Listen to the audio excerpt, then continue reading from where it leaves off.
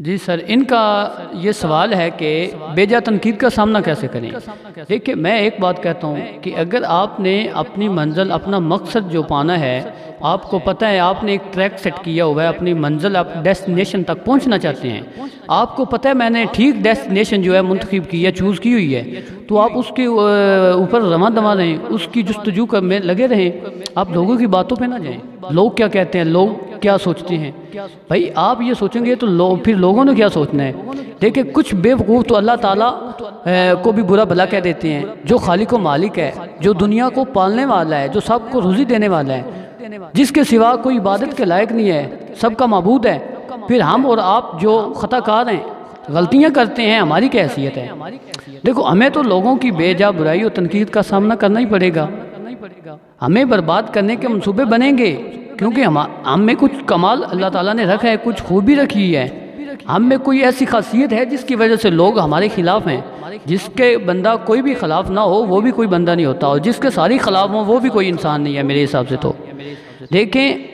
ہمیں برباد کرنے کے منصوبے بنیں گے، جان بوجھ کر اہانت کی جائے گی۔ جب تک آپ دے رہے ہیں، بنا رہے ہیں، کچھ عطا کر رہے ہیں، مؤثر ہیں، ترقی کر رہے ہیں، تب تک لوگ آپ پر تنقید سے نہ چوکیں گے، سوائے اس کے کہ آپ زمین میں سما جائیں یا آسمان پر چڑھ جائیں اور ان کی نظروں سے دور ہو جائیں۔ جب تک ان کی نظر میں رہیں گے، کچھ کرتے رہیں گے، یہ آپ کو تنقید کریں گے۔ جب تک آپ ان کے بیچ ہیں، آپ کو اذیت پہنچتی رہے گی۔ سر، آپ کے آنسو نکلیں گے، نیند اڑے گی، جو زمین پر بیٹھا ہوا ہے وہ نہیں گرتا، گرتے ہیں شاہ سوار ہی میدان جنگ میں۔ جب میدان میں نکل پڑے ہو، دیکھو بیوقوف، دیکھو آپ، بیوقوف تو وہ ہے کو جو گھر سے نکلے ہی نہیں، جو گھر سے نکل گیا وہ بیوقوف نہیں ہے۔ آپ میدان میں اتر گئے ہیں، سر ہارنا اور جیتنا یہ تو مقدر پہ ہے، آپ جیت جائیں یا ہار جائیں یہ تو مالک باری تعالیٰ پہ ہے نا منصر، وہ جیسے حکم کر دے آپ ہار بھی سکتے ہیں اور آپ جیت بھی سکتے ہیں۔ تو مقصود تھا جو وہ یہ تھا کہ میدان میں نکلنا، اترنا میدان میں، یہ کمال ہوتا ہے، اور آپ نکل گئے ہیں، آپ نے میدان میں پاؤں رکھ دی ہے، تو لوگوں کی باتوں پہ آپ کیوں جاتے ہیں؟ لوگ آپ پر اسی لیے تو ناراض ہوتے ہیں کہ آپ علم، صلاحیت، اخلاق یا مال میں ان سے بڑھ گئے ہیں، آپ نے وہ کردار ادا کر دیا جو لوگ اکثر ادا کرنے سے کتراتے ہیں، وہ آپ کو معاف کر ہی نہیں سکتے جب تک آپ کی صلاحیتیں ختم نہ ہو جائیں اور اللہ کی نعمتیں آپ سے چھن نہ جائیں، آپ ساری اچھائیوں اور خوبیوں سے تحت دامن نہ ہو جائیں، پلید و کند ذہن بیکار اور صفر ہو کر نہ رہ جائیں، وہ تب تک آپ کا جو بیک ہے وہ آپ کو نہیں چھوڑ سکتے،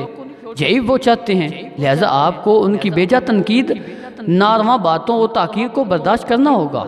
آپ نے اندر حوصلہ اور ہمت پیدا کریں، ان کی باتوں سے آپ تعمیری اپنا ذہن بنائیں، ان سے مثبت بات لیا کریں۔ یہ آپ پہ تنقید کرتے ہیں تو آپ سوچیں کہ میری بہتری ہے، تنقید وہ کرتے ہیں آپ اس سے کچھ حاصل کریں اور پہاڑ کی طرح جم جائیں، ایسی چٹان بن جائیں جس پر اولے پڑتے ہیں اور ٹوٹ کر بکھر جاتے ہیں۔ سر، چٹان تو اپنی جگہ جمی رہتی ہے نا۔ اگر آپ نے لوگوں کی جو تنقید کو اہمیت دے دی تو پھر تو آپ کو کوئی نہیں، وہ تو پھر ایسے ہی ہے جیسے لومڑی، دیکھیں نا، لومڑی بہت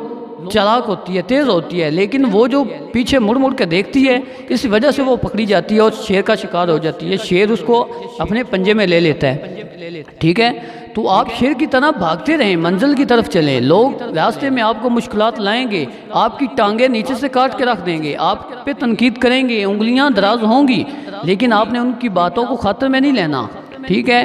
اگر آپ ان کی باتوں کو خاطر میں لائیں گے تو ان کی تو منہ مانگی جو مراد ہے وہ پوری ہو جائے گی۔ لہٰذا بہتر طور پر درگزر کیجئے، ان سے اعتراض نہ کیجئے، ان کی باتوں میں نہ آئیں، ان کی فضول برائی سے آپ کا درجہ بلند ہوگا، پھر جتنا بھی آپ کا وزن ہوگا اتنا ہی ہنگامہ، شور و شغب آپ کے خلاف ہوگا۔ آپ کس کے منہ بند کریں گے؟ جس اپنے آپ میں وہ خوبی لائیں، وہ خاصیت لائیں کہ لوگ دیکھ کے آپ کو دنگ رہ جائیں کہ یہ فلاں شخص تھا یار، یہ تو اس کا پتہ ہی نہیں تھا یار، یہ تو ایسے ہوتا تھا، لوگ آپ کی مثالیں دیں۔ لیکن اگر ان سے صرف نظر کریں گے، ان کے حال پر چھوڑ دیں تو آپ ان کی تنقیدوں سے بچ سکتے ہیں، ٹھیک ہے۔ آپ کہہ دیں اپنے غیظ و غضب میں مت جاؤ، اللہ تعالیٰ کا قرآن کہہ رہا ہے یہ نہیں، بلکہ آپ اپنے فضائل محسن میں اضافہ کر کے، اپنی خامیوں کو دور کر کے ان کی زبانوں میں تالا ڈال سکتے ہیں۔ ہاں، اگر آپ یہ چاہیں گے کہ دنیا کے نزدیک تمام عیوب سے بری ہو جائیں اور سبھی لوگوں میں مقبول ہو جائیں تو یہ نہیں ہوتا سر، یہ منافقت ہوتی ہے۔ ٹھیک ہے، خواجہ معین الدین چشتی اجمیری رحمۃ اللہ علیہ نے اپنے مرید کو بھیجا خلافت دے کے کہ آپ نے فلاں جگہ لوگوں کی خدمت کرنی ہے، تو وہ جب واپس آئے تو خواجہ صاحب نے پوچھا کہ ہاں بھئی کیا حال ہے آپ کا، کیسے ہیں لوگوں کا کیا برتاؤ ہے آپ کے ساتھ؟ تو وہ کہنے لگے کہ حضور مجھ سے سارے جو ہیں نا وہ راضی ہیں، میں نے سب کو خوش کیا ہوا ہے۔ تو خواجہ صاحب فرمانے لگے معین الدین کہ آپ منافق ہو، بھئی سارے تو وہ کیسے جی؟ اس نے عرض کی حضور وہ کیسے؟ تو خواجہ صاحب نے فرمایا کہ سب تو جو راضی وہ حضور سے نہیں ہوئے تو آپ سے کیسے راضی ہو گئے؟ تو بات یہ ہوتی ہے بھئی آپ اگر حق بیان کرو گے، اپنی منزل چوز ایسی کی ہے کہ جہاں پہ لوگ کی اپروچ جو ہے وہ نہیں پہنچ سکتی، لوگوں کا ذہن تب تک نہیں جا سکتا، تو وہ آپ کی مخالفت کریں گے، ان کا حق بنتا ہے، کیوں آپ نے کام ہی اتنا ڈیفرنٹ کر دیا ہے۔ تو اللہ آپ کو سمجھنے کی توفیق عطا فرمائے۔